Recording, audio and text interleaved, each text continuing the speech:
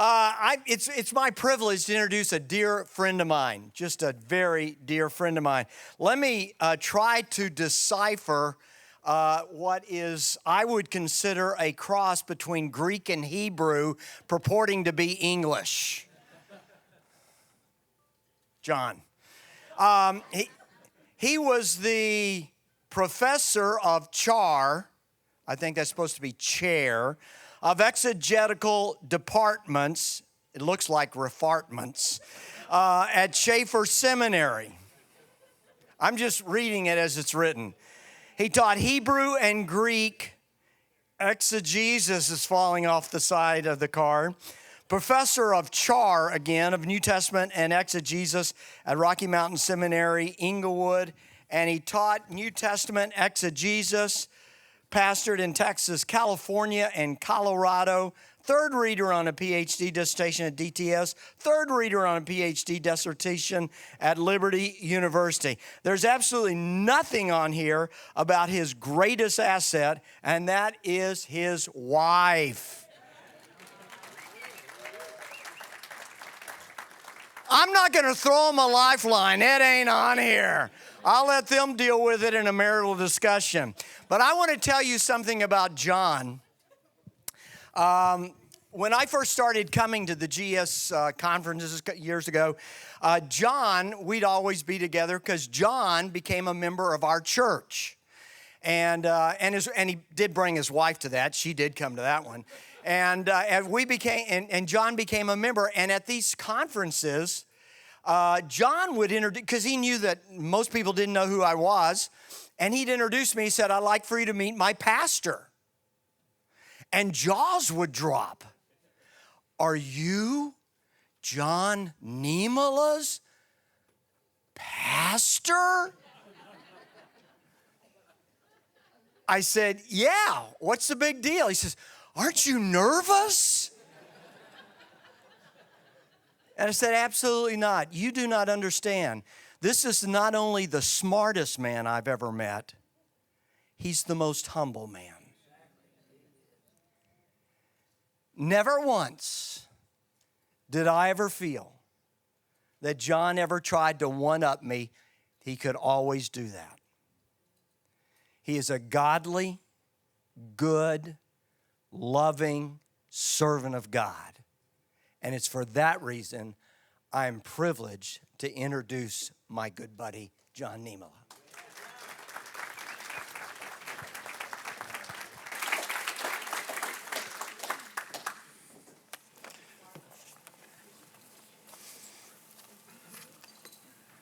My problem was it's only a 3x5 card.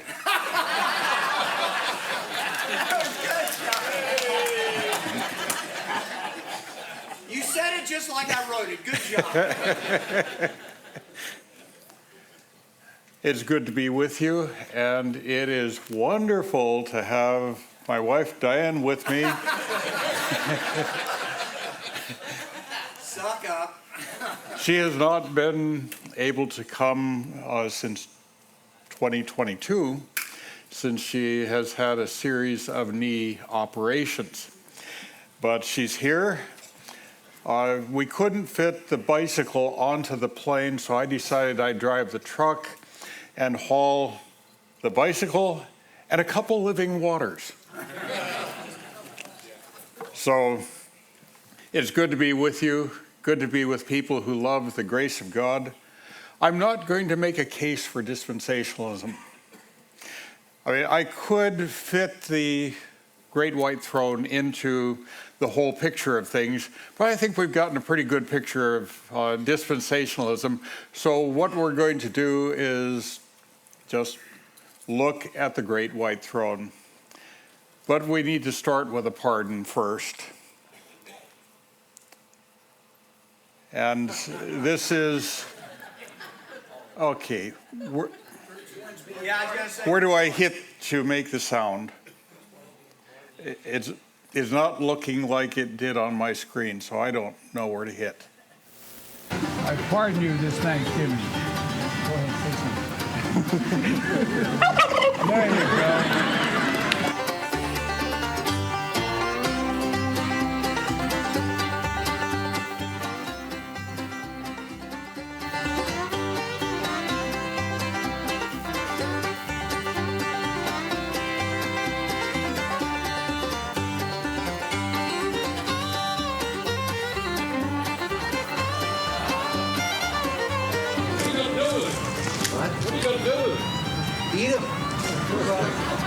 is my great privilege to receive the traditional Thanksgiving turkey, but let me assure you, at this fine Tom turkey, that he will not end up on anyone's dinner table, not this guy.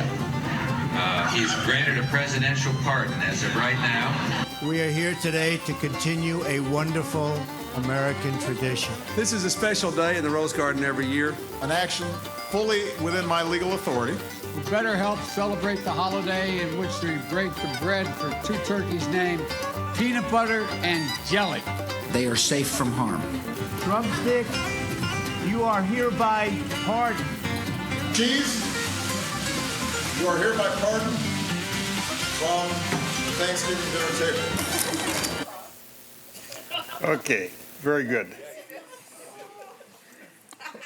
Okay, let's see. Let's go that way. There we go. So, pardon me. The great white throne summons. Now we have what's going to be a summons to appear. And so the question becomes, who is it that is going to be summoned to appear? Obviously not those turkeys. But who is it that will be summoned? And so the outline of my paper, we will consider first, when is it that believers learn that they are pardoned? Then is the great white throne judgment, a judgment of the quick, the dead, or both? Will the great white throne summon saints, unbelievers, both? When, in the sequence of resurrections, is the great white throne? What is the significance of the great white throne judging works, not sins? And when does one's name become written in the scrolls of life? Bad translation when they say book. It was scrolls. So let's begin here by looking at when do believers learn that they are pardoned? Now you'll notice I have an A, B, and a C. The A there on the great white throne is saying that they learn it at issuance of the pardon. This has the notion that believers will show up at the great white throne and say, oh, wow, I made it. Then we have after issuance, but at the great white throne. That view says, well, at the moment that someone has believed, that person has received a pardon, but God doesn't bother to make it clear to the person that he has a pardon. So he's living his whole life in suspense and finally comes up to the great white throne and says, wow, I finally made it.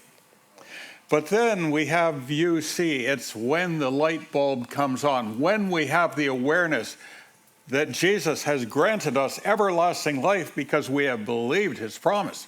If a person says, I believe Jesus, and doesn't have the slightest clue where they're going, that person has not believed Jesus' promise of everlasting life. A person must have known at some point, I possess everlasting life because it is granted by Jesus to those who believe him for it. I believe his promise. I have it. Believing a promise is different than believing any other kind of truth. Because when a person believes a promise, it means I believe that the person making the promise has the capability of doing it and is committed to doing it. You know, we wouldn't all be here except that Bob promised us there was going to be a conference here. You know, Bob's human. Bob can't absolutely guarantee that that tornado wasn't going to take this conference out. But when the Lord makes a promise, it is absolutely guaranteed. So there is a great divide between our view and those that imagine that people will not know until the great white throne whether or not they possess everlasting life. We've got a great chasm fixed. So, the believer has everlasting life and does not come into judgment. This is what John 5:24 makes very clear. But now, what does it mean? Does John 5:24 promise exemption from the great white throne, from the lake of fire, from the great white throne and the lake of fire, or the great white throne and implicitly the lake of fire? Answer D is correct. Now, if you are looking at an old King James, it will say, does not come into condemnation. And that's how, by far and away, most people understand it. But as I argued in a previous paper and in GES articles, the concept is, the promise in John 5:24 is, will not appear at the great white throne. But if one does not even appear there, that person will not end up at the lake of fire.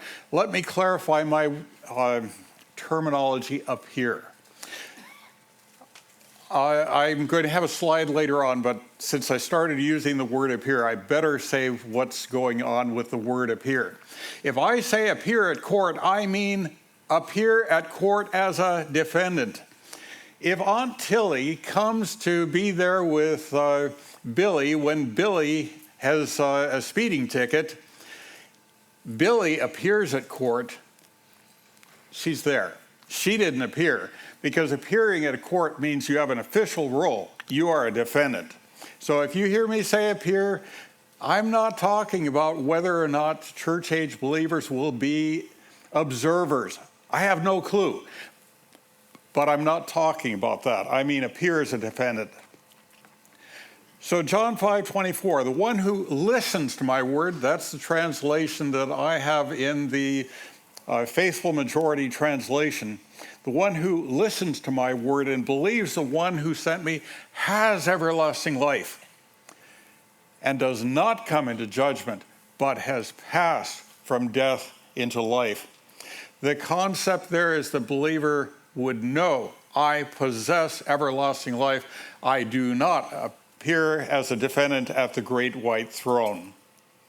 So, is the great white throne a judgment of the quick, that is the living, or of the dead, or of both? There's a lot of confusion on this particular point, but it is a judgment of those who have died physically. Let's see the evidence of this. I saw the dead, the great and the small, standing before the throne, and they opened scrolls. And by the way, this is a translation from the majority text, so there will be some places it will be slightly different than even the New King James. And another scroll, which is a scroll of life, was opened, and the dead were judged by the things which had been written in the scrolls according to their works. The sea gave over the dead who were in it, and death and Hades gave over the dead who were in them. And they were judged, each according to his works. In John 5:28 and 29a, do not be shocked at this, because an hour is coming in which all those in the tombs will hear his voice and will come forth. It is a judgment of people who are deceased that have to be raised so that they can face that. Now, I'm going to have 3 excursions about the judgment of the sheep and the goats. And what I'm going to do is, in each case, show a reason that they cannot be equated. In the judgment of the sheep and the goats, those that are judged are living. But remember, those that are judged at the great white throne are dead. That's the first reason that it cannot be the same judgment. So, will the great white throne summon saints, unbelievers, or both? It is it saints only? Is it unbelievers only, or both? Well, if we look at John 5:24, the one who listens to my word and believes the one who sent me has everlasting life and does not come into judgment, does not appear at the great white throne. So it is a judgment of unbelievers only. Now, this is where I define court appearance. Merriam-Webster defines court appearance as the formal act of going in front of a judge to have one's case decided.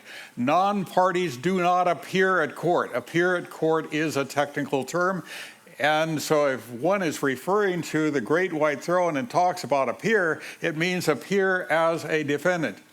But bear in mind, when you talk to someone else, that person may not understand that it is a technical term, so you have to be careful. I'm trying to clean up my act and stop saying appear, but it seems to be habit.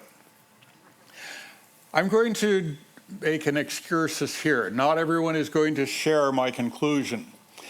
But what about millennial saints? Where is it that they are going to be judged, since the date of the great white throne is after the close of the millennium? Now, I will say, theoretically, Revelation 20 might be seen to allow millennial saints to be evaluated at the great white throne, but to be excused because their names were in the scroll of life. However, John 5:24 makes the absolute promise that believers will not come to the great white throne as defendants. We must reject the notion that the Lord would summon any believers as defendants at the great white throne and then say, okay, you can go because your name is in the book of life. I mean, Jesus made that promise, and was he saying, oh, but millennial believers, you're an exception? I don't think so. End of excursus. Now let's consider that next excursus about the sheep and the goat's judgment. The sheep and the goat's judgment judges both believers and unbelievers. So it cannot be the same judgment as the great white throne. It is a preliminary judgment. The great white throne will be a final one. When in the sequence of resurrections is the great white throne? Great question. Jesus was the first raised never to die again. And there's no dispute over that. Then we have as 1b, and by the way, the reason for the ones is first resurrection. You see down at the bottom there's a 2, that's second resurrection. So notice, we have Jesus, then we have pre-tribulation rapture, so we have church-age believers raised. Then we have tribulation saints. That's made very clear in Revelation chapter 20. Then 1c2. This is where I would put Old Testament saints as to their resurrection. As the millennium starts for both tribulation saints and Old Testament saints, both of them will have roles in the millennial kingdom. So of necessity, it must be before the start of the millennium. I will argue that there is a basis from the dispensational perspective to understand that Old Testament saints and tribulation saints would be raised at the same time. It is because they are the same dispensation. And how is it that you could say, well, some of the age of Israel believers are going to have their evaluation and determine what their roles are going to be, and then all of a sudden, oh, you tribulation saints, let's see, I guess we need to find a few more positions for you, so we'll have another judgment. No, I would argue that it is entirely at the same time. And I think Daniel chapter 12 gives clear support for that as well. Oh, let's see. Let's keep going. Then we have the millennial saints at the end of the millennium, but before the great white throne. The objection might be raised, well, we don't have a specific judgment named for them, but that's not an obstacle at all. It simply is, there's no room, there's no reason to have believers appear at a judgment that Jesus said specifically believers will not appear as defendants at the great white throne. Then finally, we have unbelievers at the great white throne. This sequence, this timing is going to be very important as we go a little further along. So the first resurrection involves believers. Then we have the second or the last resurrection. That's the resurrection of unbelievers from all ages. Now, once again, here we have that chart that I went through, but now I have a proposed timing for the Old Testament saints' resurrection. Daniel chapter 9, verses 24 to 27 treats the tribulation as part 2 of Israel's dispensation. Tribulation saints will be raised when the millennium begins. That would be a reasonable time for the raising of Old Testament saints. Their raising cannot be later than the raising of tribulation saints. Now, my emphasis is they cannot be raised later than that. I would argue, though, this is when they are raised. Proposed timing for the raising of millennial saints. Logically, their raising would be when the millennium ends or soon after. Millennial saints will not be judged at the great white throne. Now, Revelation 20:15 does not preclude judgment of millennial saints at the great white throne, but John 5:24 does preclude it. Believers do not come into judgment at the great white throne. Millennial believers will not be an exception to Jesus' promise. So, we have the first resurrection and we have the last resurrection. Now, the great white throne and the sequence of resurrections implications. This is going to be significant, and it closely ties in with the paper and the article that I've written on John chapter 5, verses 28 and 29. The timing of the great white throne has a dramatic effect upon the interpretation of John 5:28 through 29a. Do not be shocked at this, because an hour is coming in which all those in the tombs will hear his voice and will come forth. Now, the question becomes, at that time, how many believers are still in the tomb? Church-age believers were raised at the rapture. Old Testament saints were raised before the millennium begins. Tribulation saints raised before the millennium begins. And the millennial saints, if there are any that have died, will have been raised before the great white throne. That leaves only one group of people in the tombs: unbelievers. So what Jesus says here is, well, all those in the tombs will come forth. And we say, wow, that looks like a crowd entirely composed of unbelievers. Don't see a single believer, because all the believers had already been raised and they are no longer in the tombs. So let's see. Therefore, when we have a statement about those who have done good things, and by the way, in John 5:28, chapter 5, verse 29, when it says good, those that have done good, it's good things, good plural. So believing is not going to, it would not have been a plural. But besides that, there are no believers that are still in the tombs at that time. And then when it talks about those who have done, as most of our translations say, have done evil, that's not the best translation. The word is phaulos. And phaulos means like worthless. And by the way, it's plural. Those that have done worthless things. Those that have done things that don't merit life. Those things that the Lord looks and he says, that doesn't amount to anything. Why should I give you life? It's not that it's so bad, it's that it has no intrinsic good. That's the issue. It doesn't merit life. Now notice, it says here, and this is going to help us with the timing once again.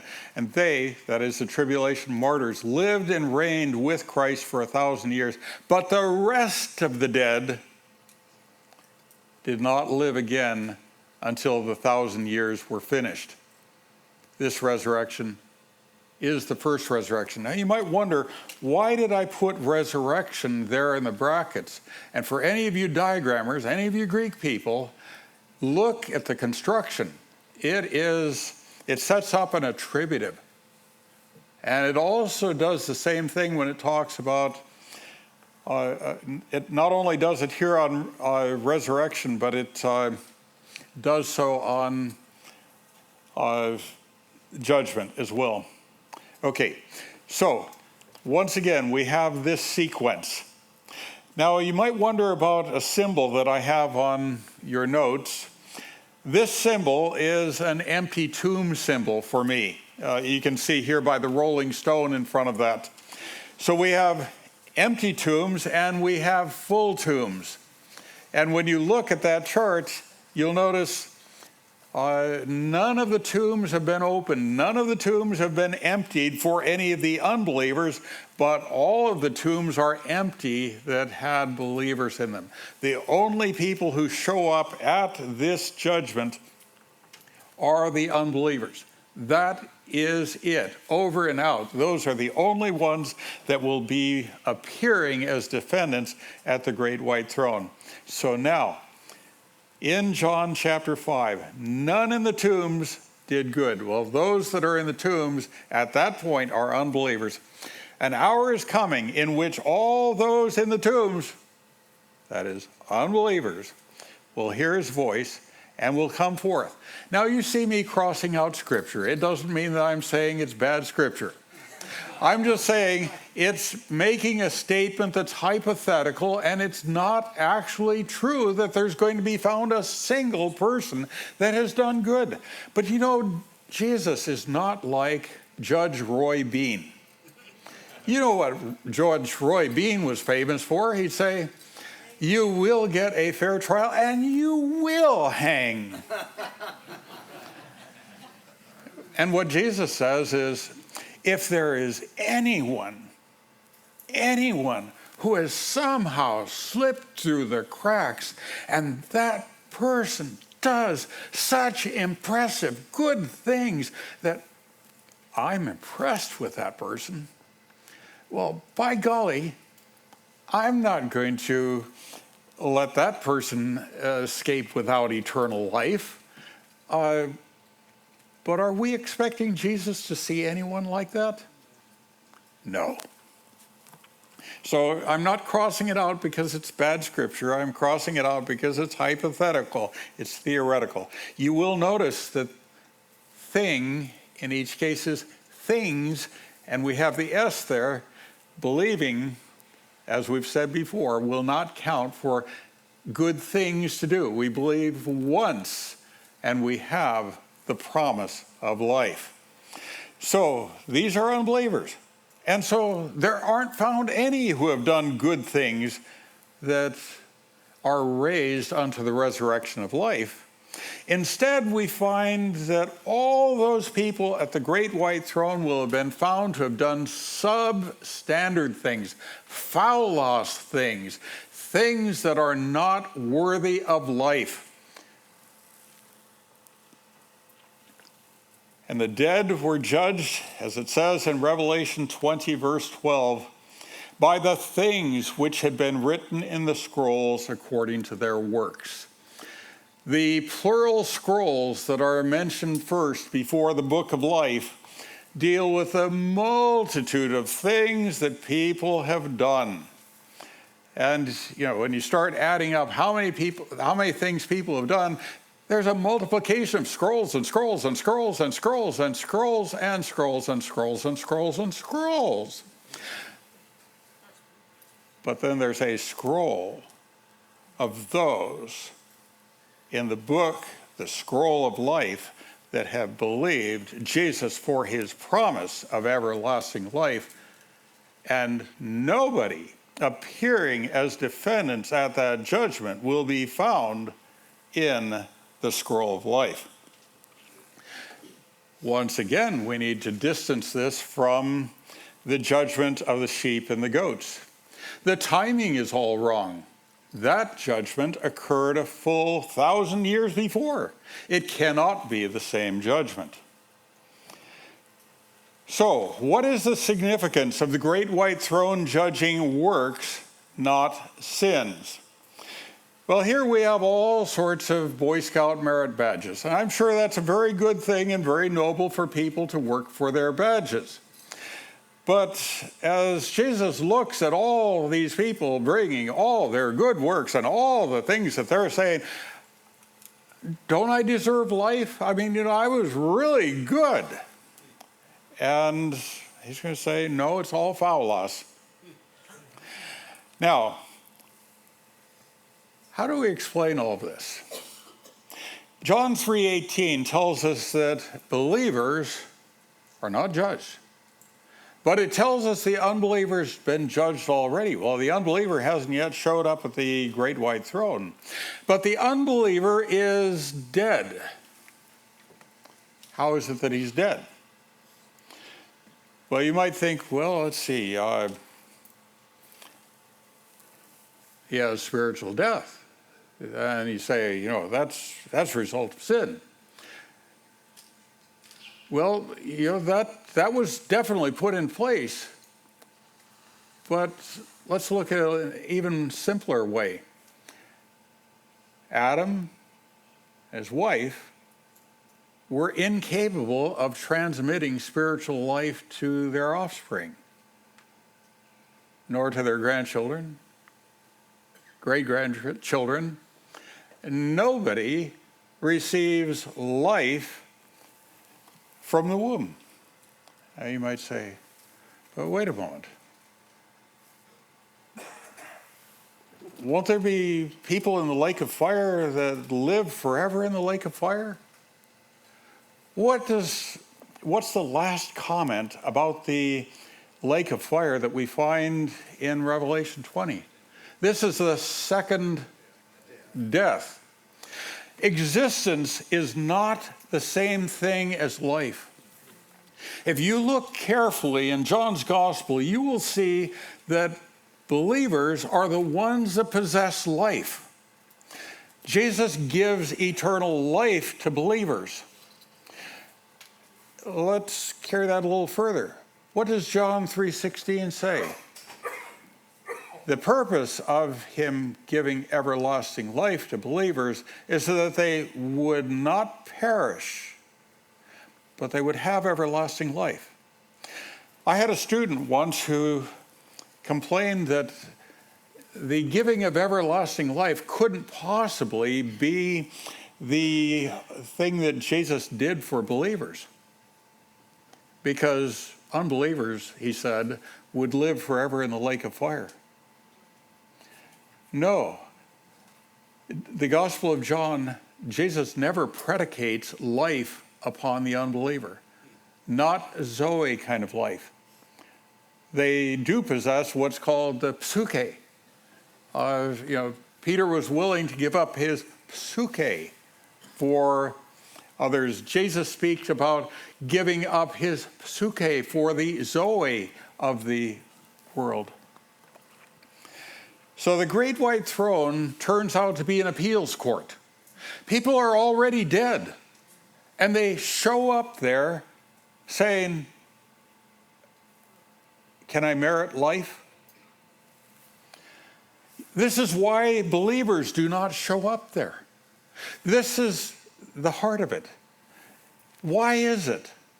Why is it that when we look at John 5:24, that it says that the believer has everlasting life, does not come into judgment? That judgment that is being spoken of is the great white throne where people are attempting to be given life. Think about John 5.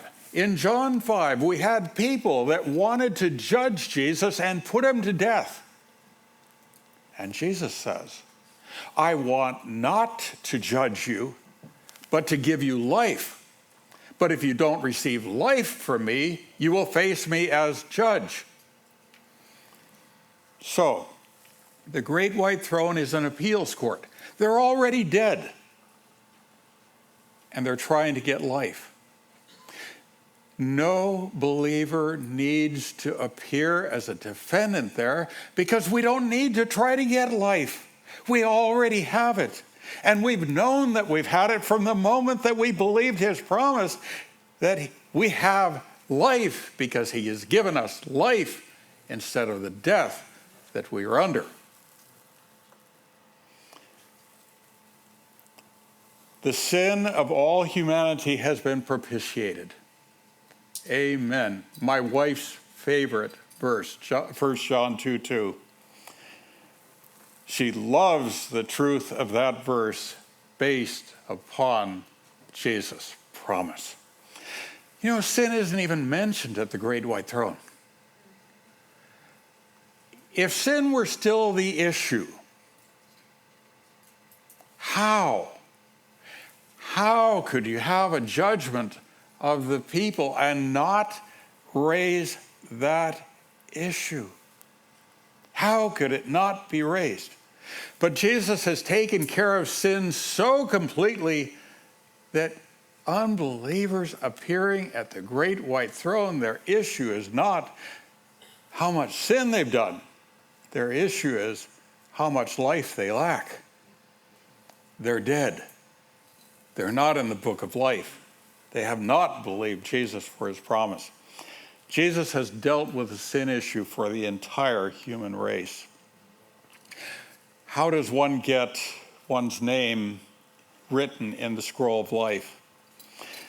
Notice, and another scroll was opened, which is the scroll of life, and anyone not found written in the scroll of life, he was thrown into the lake of fire.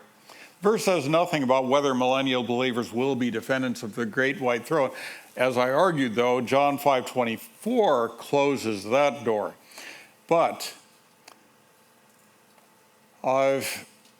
Revelation 20, verse 15, the point there is that none of the people summoned to the great white throne will be believers. No summoned person will be found written in the scroll of life.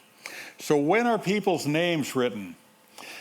People receive life at the point of believing Jesus Christ for his promise of everlasting life. Upon receiving life, one's name is written in the scroll of life. Let's look at how litotes works. In Revelation 3:5, and this is an old version of this, so I don't have it, the yellow is not moved over quite as big as it needs to be. When we read the text of Revelation 3:5, the overcomer shall be clothed in white garments, and I will by no means blot his name from the scroll of life, but I will confess his name before my Father and before his angels. Now, certainly affirm is to be understood as the overcomer shall be clothed in white garments, and I will certainly affirm his name in the scroll of life. It's already there, but I will affirm that it's there. And I will confess his name before my Father and his holy angels. So, pardon me, the great white throne summons. We've received our pardon and we know it. So we will not appear at the great white throne.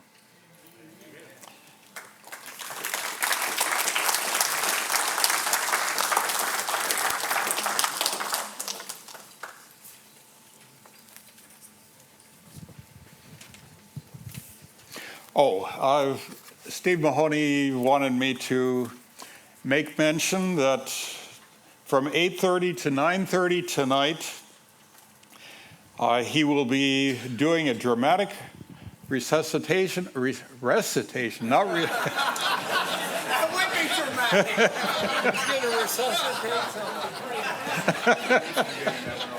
Okay, he's going to do a dramatic recitation of the Gospel of John. Okay, I've got a repeat on that. We've got several doctors here if we need resuscitation.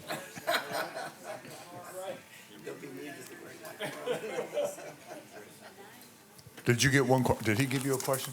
Oh, no, it's, I've got... that's something else. Oh, I thought that was a question. Okay, I thought you wanted that question first. Okay, if sin isn't mentioned at the great white throne, what are the implications for the Bema? Will believers' sin be discussed at the Bema, or only the good stuff?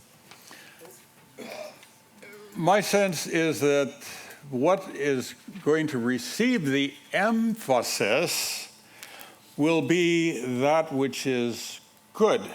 Here's how. All the things that have been done are going to be looked at as to, are they gold, silver, precious stones, or are they wood, hay, straw? Now, after you have a fire, do you say, was it straw that burned? Was it wood that burned? Was it stubble that burned? It seems to me from the very picture that's given, you're going to see ashes. How much time do you spend discussing the ashes? It seems to me that the Lord's focus is going to be upon that which is going to bring reward. Because what he's going to be looking at is, how is it that this person has been assigned a territory that contains 10 cities, and this person has been assigned a territory that has 5 cities?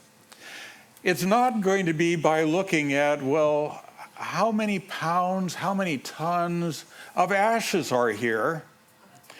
What's going to receive the focus is, what is the quality of that has remained, and how much has remained? And that's so, yes, it's going to be, all works are going to be evaluated. One of the questions there when it says that there's going to be evaluation whether of good or of evil, the question is, for you diagrammers, is whether of good or evil, is that adverbial or is that adjectival? Is he, in other words, the concept, if it's adjectival, it would be saying, going to evaluate everything, whether it's good, whether it's bad, we're going to look at every single thing, very much in detail and go into all the gory details. But if it's adverbial, then it's saying, going to look to see whether things are good or substandard.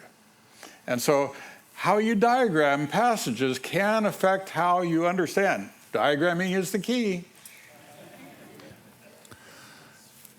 Is the handout correct when it says in 1D, millennial saints resurrected as the millennium starts? On the chart, it shows the end of the millennium. Okay, I assume I made a typo. Yeah, millennial saints would have to be at the end. Sorry. When the professor's fingers get in autopilot, problems result. Can the phrase "does not come into judgment" in John 5:24 be a reference to the lake of fire rather than the great white throne judgment? No, it cannot be. First line of evidence is that there's only one place in John's gospel where the word krima shows up. There's a difference between krisis and krima, and in fact, there's a general difference between all Greek nouns that end in cis versus all Greek nouns that end in ma. A cis type of noun is looking at process. The process of judgment. This is talking about the process of judgment. And if we look at John chapter 5, whether we have krisis or whether we have krino, the verb, we're looking at process. Now, if it were a ma word, and the only time that krima, a ma form of this, shows up is in John chapter 9. But notice, if you look at John chapter 5, verse 22, for the Father judges, krino. That's talking about the process of judging, right? That's talking about reaching a verdict, reaching a determination. So in the first part of that verse, it says, "For the Father judges no one, but has committed all judgment to the Son." That's looking at the process of judgment. That's looking at a court trial. It's not looking at sentencing. And then as you keep working through here, there are a number of times that the word judgment or krisis shows up. And in each case, it's talking about the process of judgment. It's talking about the great white throne. It is not talking about the result of judgment, which would be the lake of fire. And so read my article or listen to the message that I gave a few years ago. I don't remember the exact title of it. How do you see the judgment of the sheep and the goats when the goats are cast into everlasting punishment if that's not the lake of fire? Okay, please note, are they judged while living or while dead? While living. Now, the great white throne will happen 1,000 years later.